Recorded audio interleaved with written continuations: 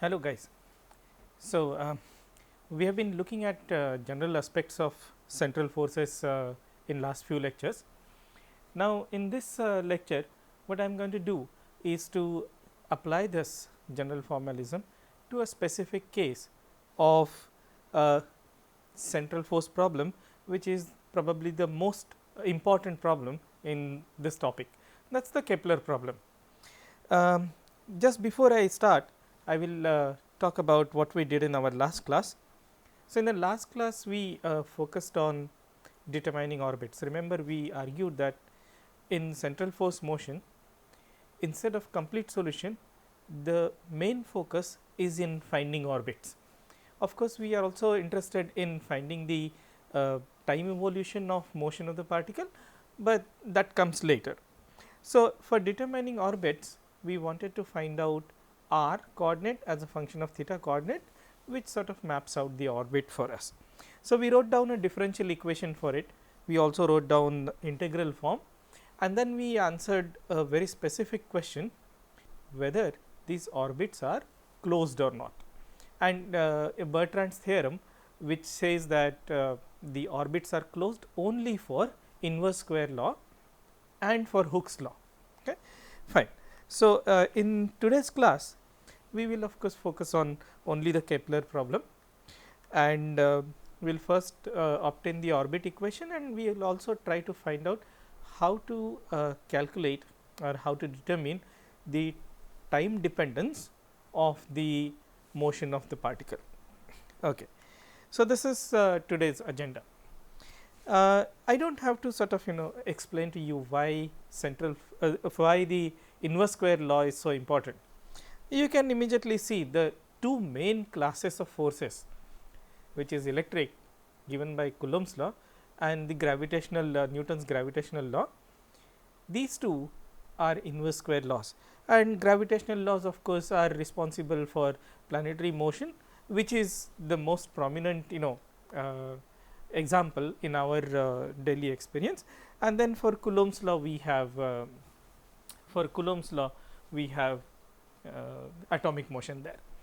Okay, so with these two examples in our mind, what I am going to do is try and calculate the orbits first.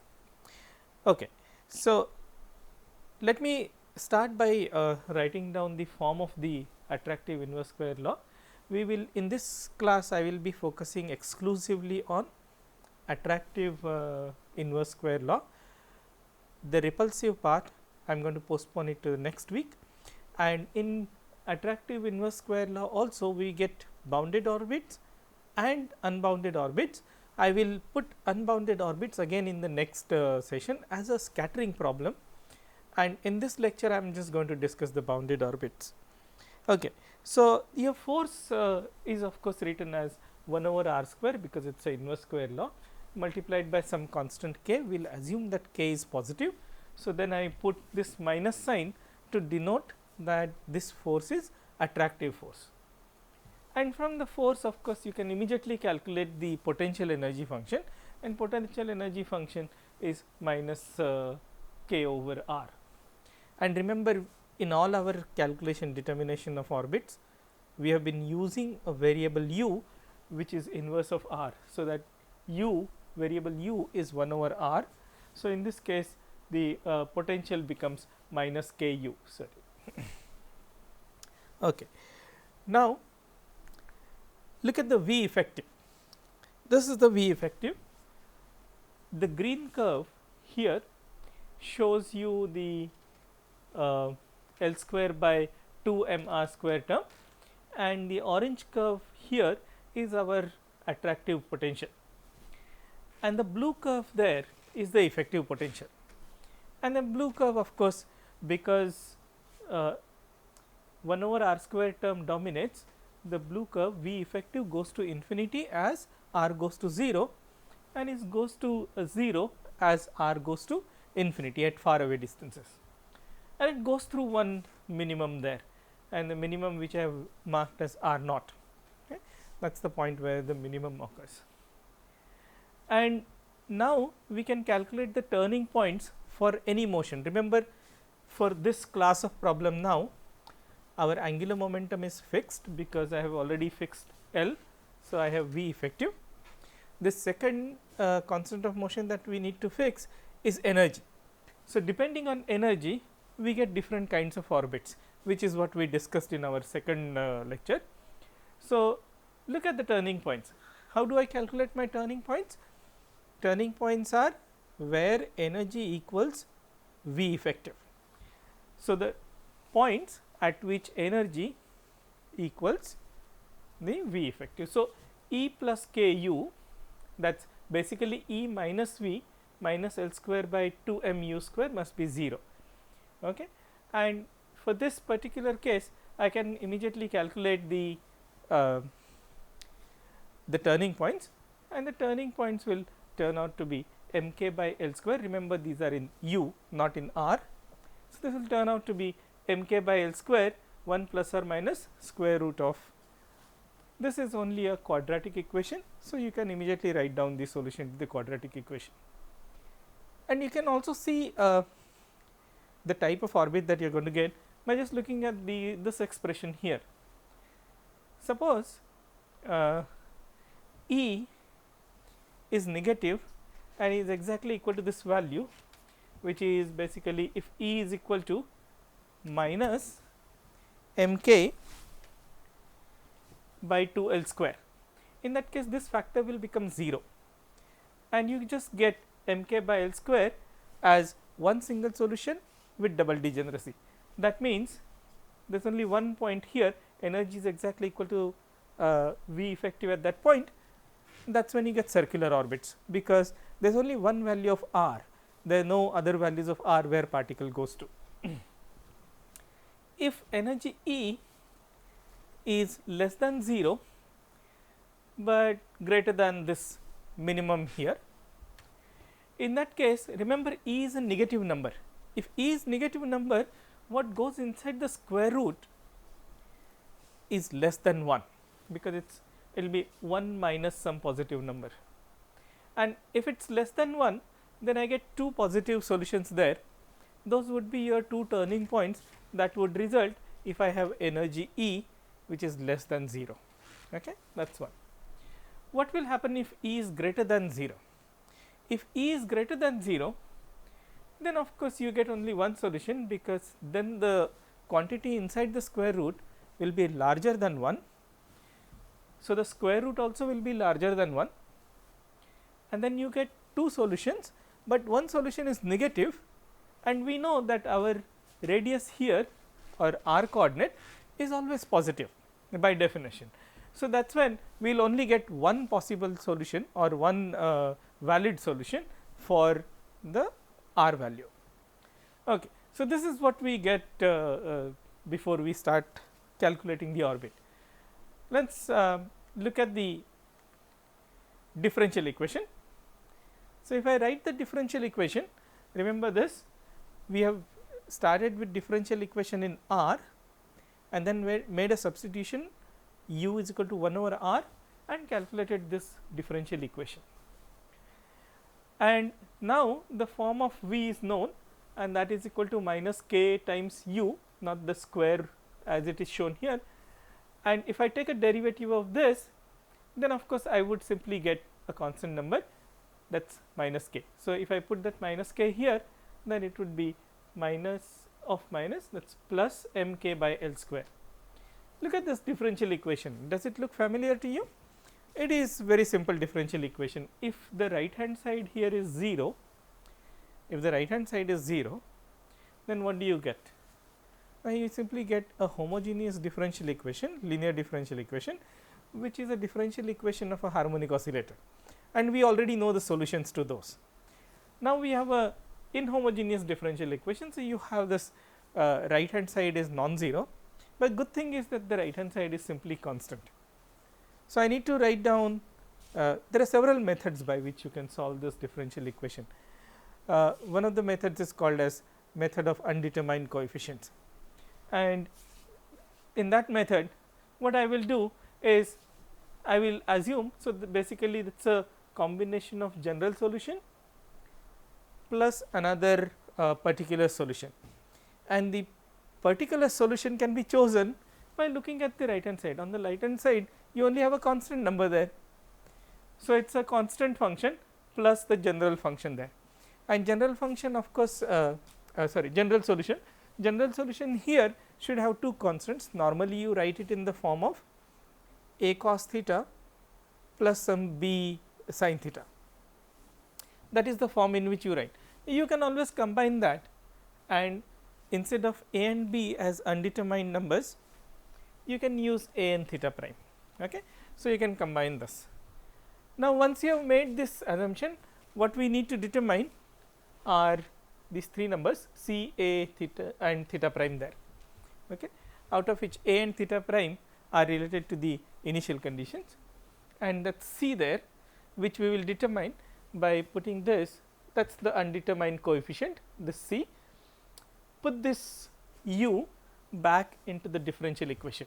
So, if you put this in the differential equation, you can immediately figure out what would be value of c, because if I put this in the differential equation, when you take second derivative of u with theta square, you get minus of this term. Okay. So, from this u, that term would cancel, you are left with only c, and that c must be equal to m k by L square. So, now you got this solution, u is equal to m k by L square. So, that is what we did. We determined the coefficient which was earlier undetermined, and now we need to figure out what this a and theta prime are. Okay. So, this is your solution of the differential equation. Now, I will write it here again. Now, look at what kind of solutions you would get. This one is a standard conic section. If this is a standard conic section, what kind of orbits you are likely to get? You can get circle, you can get ellipse, hyperbola or a parabola.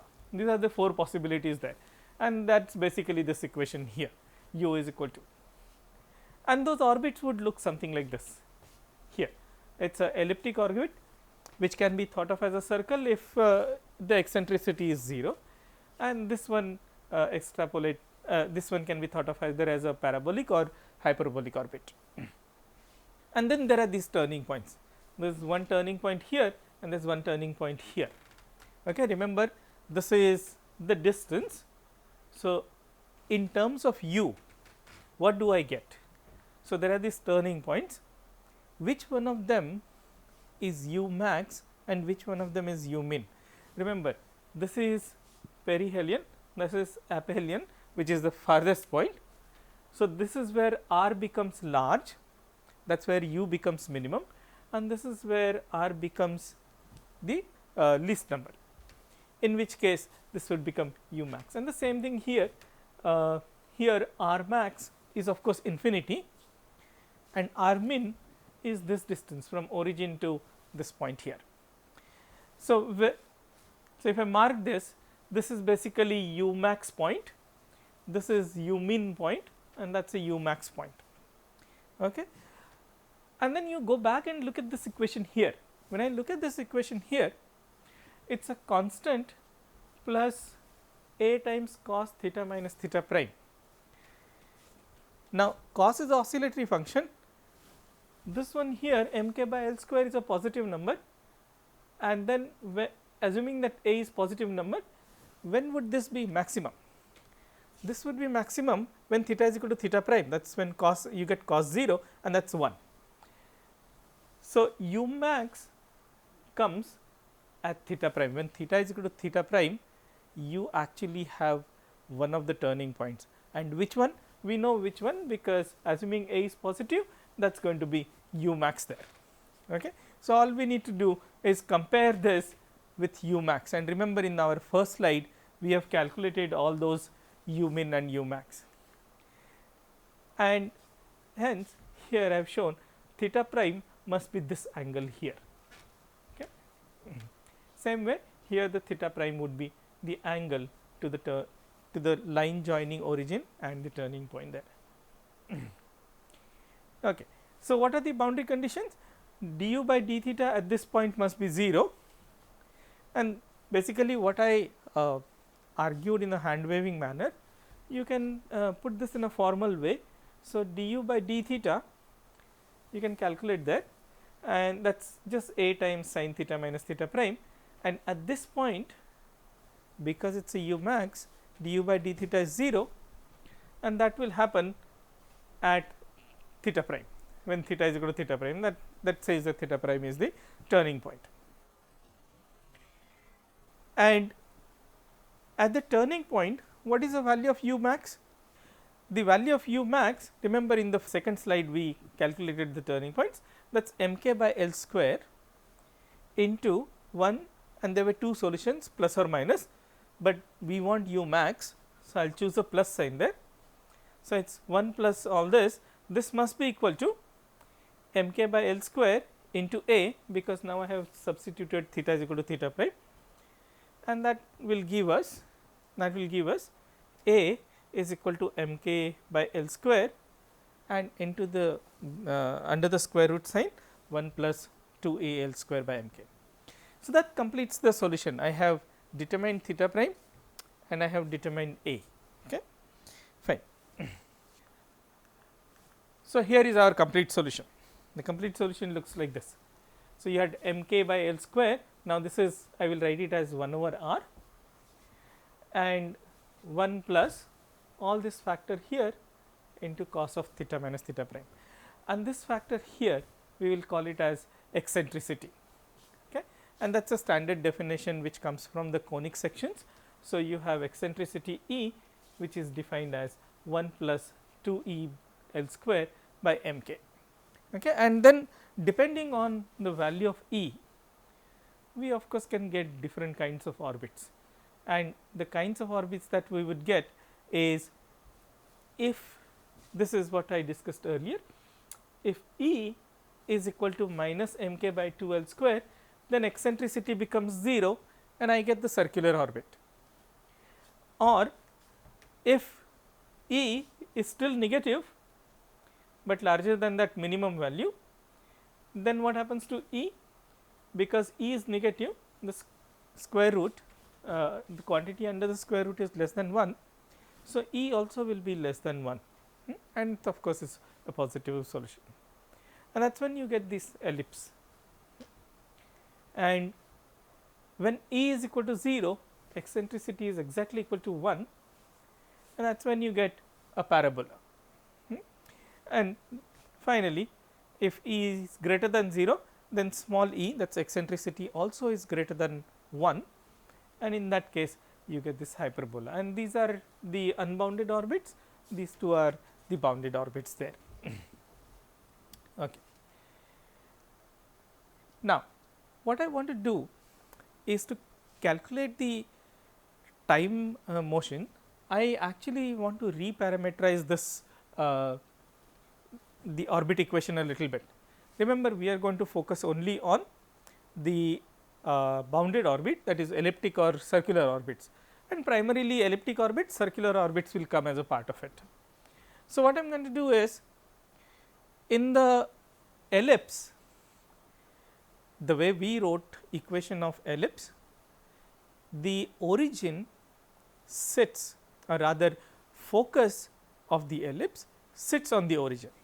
So, the ellipse looks slightly shifted.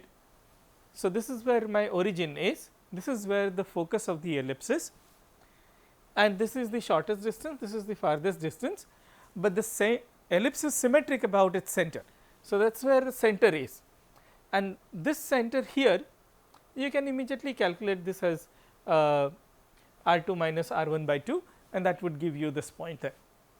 And typically, when you learnt your equation of ellipse in 12th standard, you in fact talked about ellipse in the coordinate system, where the origin sits at the center of the ellipse rather than on the focus there. So, what I will do is, I want to derive another formulation of this ellipse there. The major quantities in ellipse are semi-major axis, that is basically center to the the farthest distance on the ellipse, that is your semi major axis, that is basically r 1 plus r 2 by 2 in terms of distance. Okay. And if you compare this equation here, so which are the two constants we need for ellipse? Ellipse basically would need two constants. One is the a, that is the radius, and the other one is the eccentricity. So, the semi major axis, because we know r 1 r 2, I can immediately calculate this a, and this a will come out to be k divided by 2 e with a minus sign. And remember always that for this case your energy is negative, that means a will be positive here. And I can write this equation here in terms of only a and e, and that would be r is equal to a times 1 minus e square divided by 1 plus, that is a straightforward calculation there. And basically here, as you notice that the semi major axis does not depend on the angular momentum, semi major axis only depends on the energy there. The second constant E contains the information of the information about the angular momentum. Remember, in the expression of E there is a square root of 1 plus 2 L square E by m k. So, you can see that the E squared there contains that information about the angular momentum, and basically this is what you would get if you change the eccentricity. All these have the same energy, okay? They all have same energy, but different angular momentum, and then you get the orbits of different eccentricities there. Okay. So, once we have said this, I will write down this alternate expression for this case using what is called as anomaly. Okay. This is a term that is used in astronomy, has been used in astronomy. So, eccentric anomaly is this angle psi here, and what I am going to do is, this is our standard equation, and in terms of the eccentric anomaly, the same equation of ellipse would come out to be something like this, and I will explain in a moment what that eccentric anomaly means. So, here the same expression, same diagram, but you can see now. So, this green curve is the ellipse, okay, and this is the focus. For the first equation, which uses this angle theta and this r.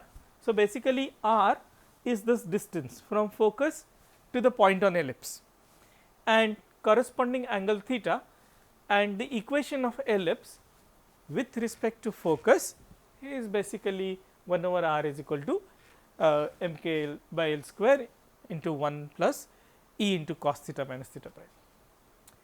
The second angle here is angle which is measured from the center of the ellipse. So, at the center of the ellipse you draw this coordinate system which is parallel to the axis of the ellipse, and along the x axis let us assume that you have semi major axis. Now, calculate this semi major axis, draw a circle. Once you draw this circle, the points on the circle, they are very easy to see. Points on the circle will be equal to a cos psi, and so x coordinate will be a cos psi, y coordinate will be a sin psi. This point here, which is on the ellipse, so if the semi minor axis is b, okay, semi minor axis is half of this. So, this distance is b, then what are the coordinates of this point? The coordinates of this point are a cos psi and b sin psi. Okay. Remember, this point is not same as a sin psi. So, it is somewhat lower, that is how you get this ellipse. This is also one of the what is called as a standard construction of the ellipse, okay, or standard construction method. And in terms of this angle psi, I will write down that equation of the orbit. Now, this is slightly confusing. This r here is not the distance from here to here. Remember, this r is still same as this r.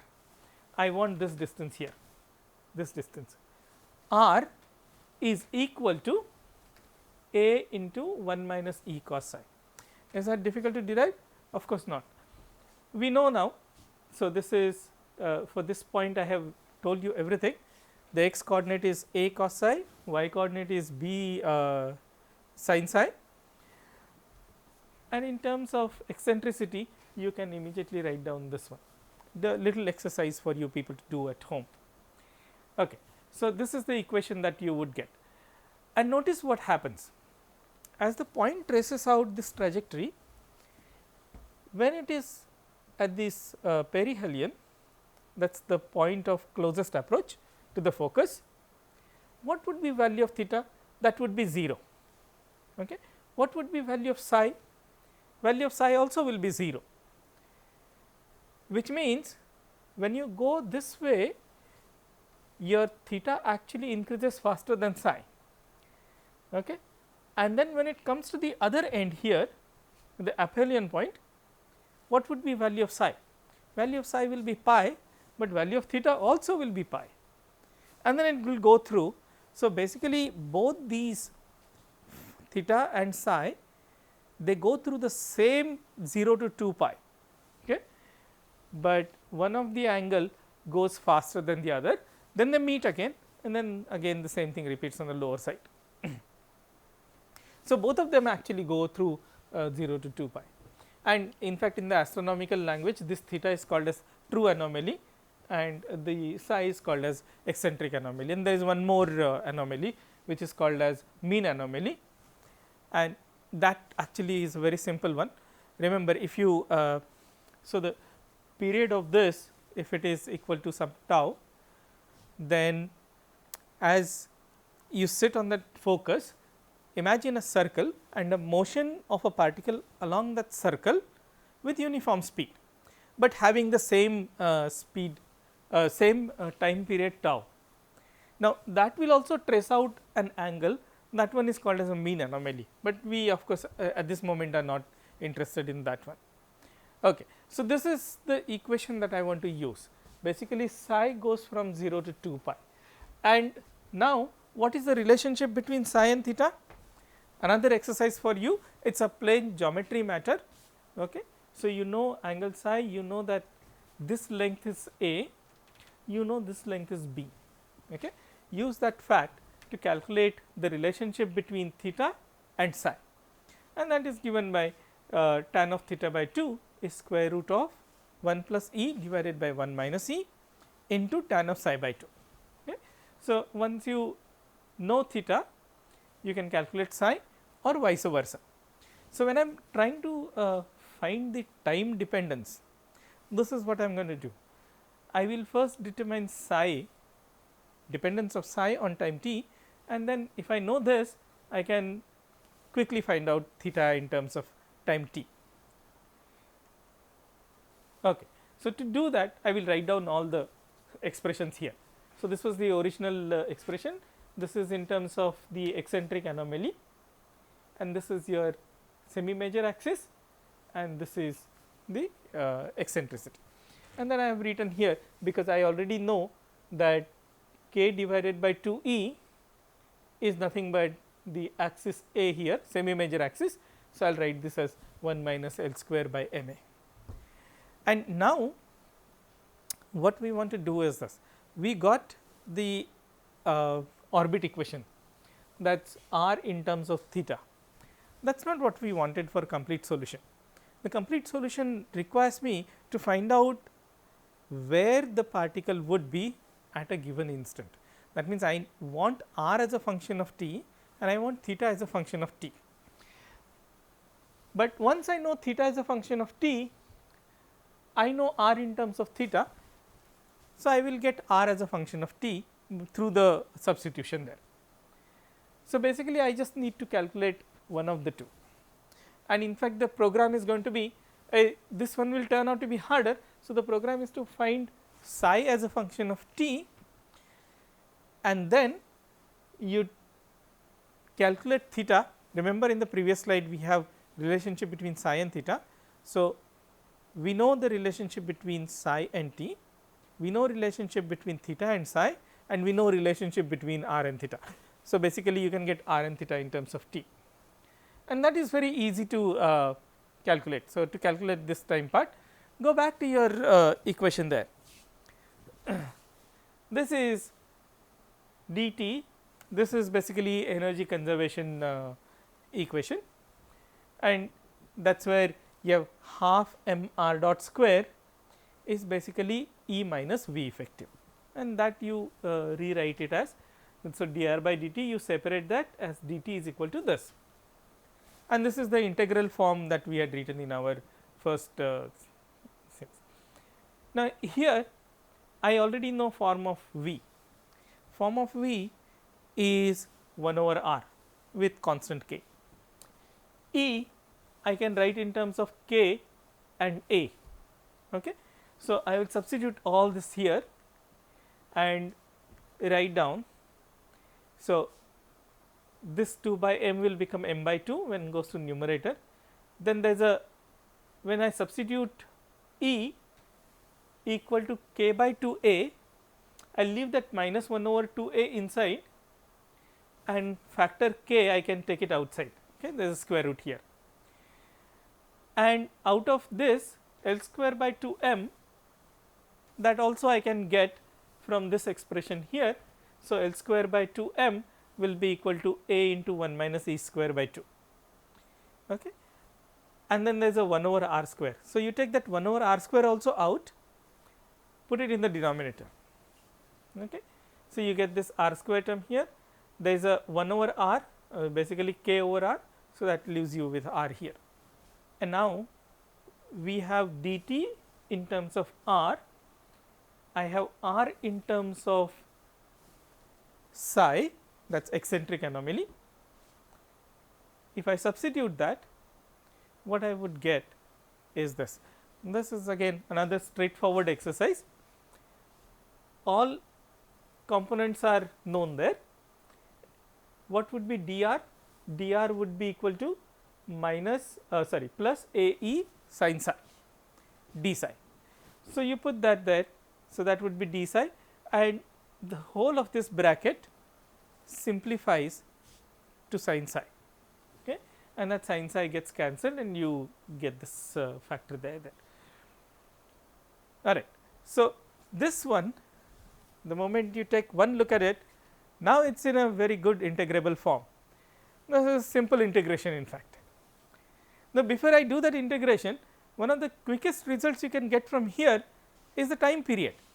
Remember what happens when one revolution is done, that is when psi goes from 0 to 2 pi.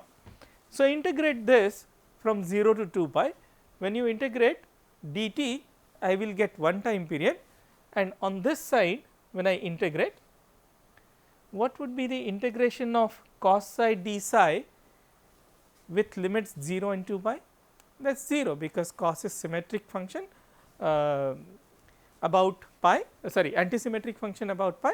So, it cancels out, it will become 0. So, it would be only this term into 2 pi.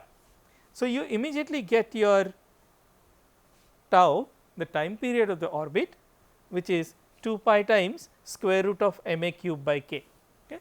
And that tau square, the square of the period, is proportional to the cube of the semi major distance. This is the standard result from the Kepler's laws. So, this is one result. This is of course the main result from this calculation. And then to calculate where the particle is at any instant of time, I can of course do this. I have this dt is equal to m a cube by, and remember this factor is nothing but from the last slide, we know that this is nothing but tau divided by 2 pi. So, I will put that there. So, integrate this, t is equal to tau divided by 2 pi, integration of 1 will be psi, and integration of cos psi will be equal to sin psi. So, get this equation there. This is not a simple one though. You see, I given a psi, I know t, but given t, calculating psi is not straightforward. Of course, in the modern day this is not a big problem. We have fast computers which can do this calculation very easily, okay. And it is a monotonic function. So, this would be a very easy calculation for computers. So, here I have plotted this, the angle psi versus time t.